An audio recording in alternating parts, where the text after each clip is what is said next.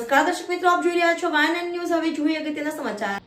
રાહુલ ગાંધીની ભારત જોડો યાત્રા 9 માર્ચના રોજ નર્મદા જિલ્લામાં આવનાર છે, જેને લઈ એઆઈસીસી સેક્રેટરી અને પ્રભારી ઉષા નાયડુની અધ્યક્ષતામાં રાજપીપળા ખાતે મિટિંગ યોજાઈ. રાહુલ ગાંધીની ભારત જોડો યાત્રા સફળ બનાવવા જિલ્લા કોંગ્રેસના કાર્યકર્તાઓ સાથે બેઠક કરી કાર્યક્રમ અંગે વિસ્તૃત ચર્ચા કરાઈ. અત્રે ઉલ્લેખનીય છે કે રાહુલ ગાંધીની ભારત જોડો યાત્રા છોટાઉદેપુર જિલ્લામાંથી આવી નર્મદા જિલ્લામાં પ્રવેશ કરશે. ત્યારે નર્મદા જિલ્લાના ગરુડેશ્વર તાલુકાના અપ્તેશ્વર થઈ રાજપીપળા આવશે, જ્યાં ગાંધી ચોકથી સંતોષ 4 રસ્તા, સફેદ ટાવર થઈ આંબેડકર ચોક ખાતે ન્યાયયાત્રામાં રાહુલ ગાંધી પદયાત્રા કરવાના છે. ત્યારબાદ ન્યાયયાત્રા ભરૂચના નેત્રંગ ખાતે રવાના થશે.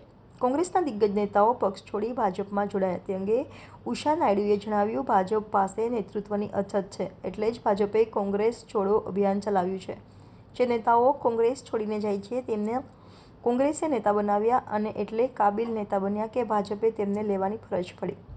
કોંગ્રેસ પાર્ટીએ સત્તા માટે ક્યારેય નથી વિચાર્યું, હંમેશા દેશના ભવિષ્ય માટે વિચાર્યું છે. દેશની જનતા માટે, આગળના ભવિષ્ય માટે સમજી વિચારીને કોંગ્રેસ પાર્ટીએ ઇન્ડિયા ગઠબંધન કર્યું છે. રિપોર્ટર રાહુલ રાજપૂત, વાયન news, Vadodara.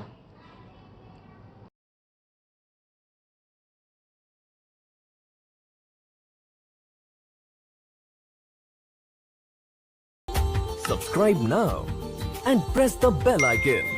Never miss an update.